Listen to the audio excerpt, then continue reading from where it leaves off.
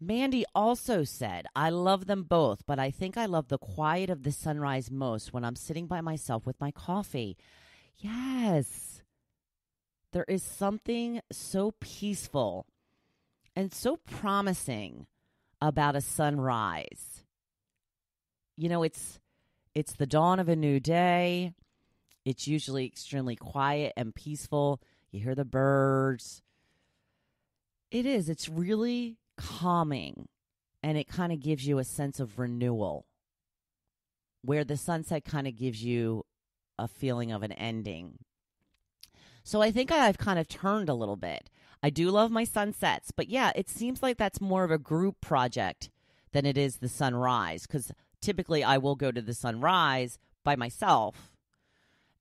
Occasionally Joe will go with me. He's of the mind, I've seen a lot of sunrises, I'm good. I say they're all amazing.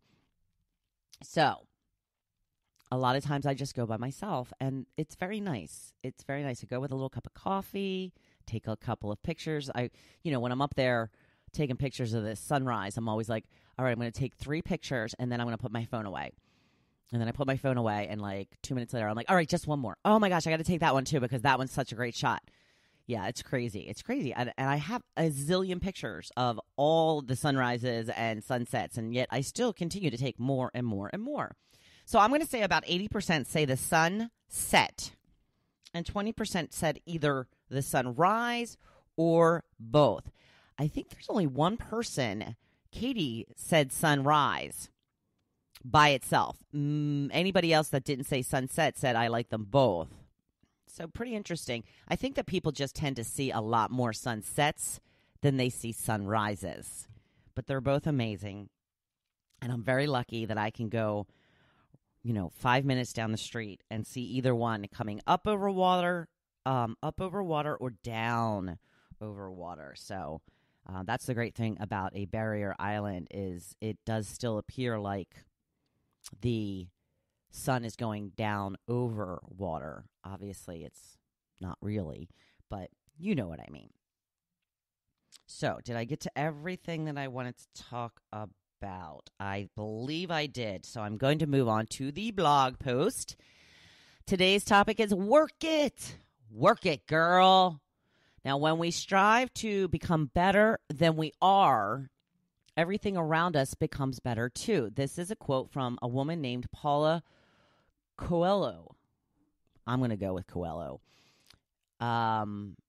Continuing our focus on getting uncomfortable, it's time to do a check-in with yourself. Have you been taking the suggestions and doing the legwork to start on your path to your greatest life? Are you keeping your gratitude journal? I do it first thing in the morning. I go over events from the previous day. Have you figured out a time when you can commit to it every day? It's best to do it at the same time every day so that it becomes a habit.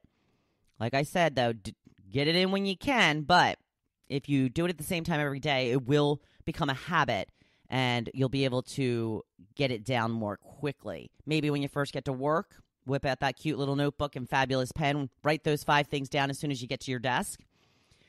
This is the number one way to start staying more positive in your life on a daily basis. I can't stress this enough. Is it a pain in the ass in the beginning? Yes, I know some of you see it that way. It takes a few minutes, though. A few minutes, that's it. You have a few minutes to try to become more positive, don't you? Make it part of your daily routine. I know you can. Have you been thinking about what you really want your life to look like? What are the passions you want to pursue? Have you written them down? What are you waiting for? Do it. Stop just thinking about it. Thinking is great, but it doesn't spur you to action. Putting it down on paper and reading it over and over does spur action. It's how you pump yourself up and keep that motivation when you need it most.